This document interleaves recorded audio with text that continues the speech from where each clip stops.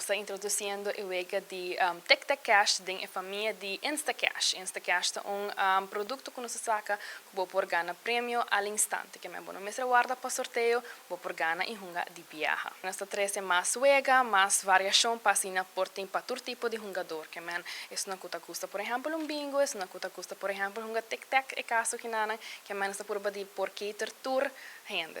É a mesma coisa com o de tic-tac normal, des que tinha hockey nang, mas que por mira riba eteca, tinha hockey nang, pero em vez de que tinha dois image de ranchi com X, botin diferentes símbolos, então se botin o mesmo símbolo na ganador que tem riba eteca, bota ganha ora é suma, que por exemplo se bota ganha ele diagonal, horizontal ou vertical, então na banda bota waki ora é prêmio que bota ganha.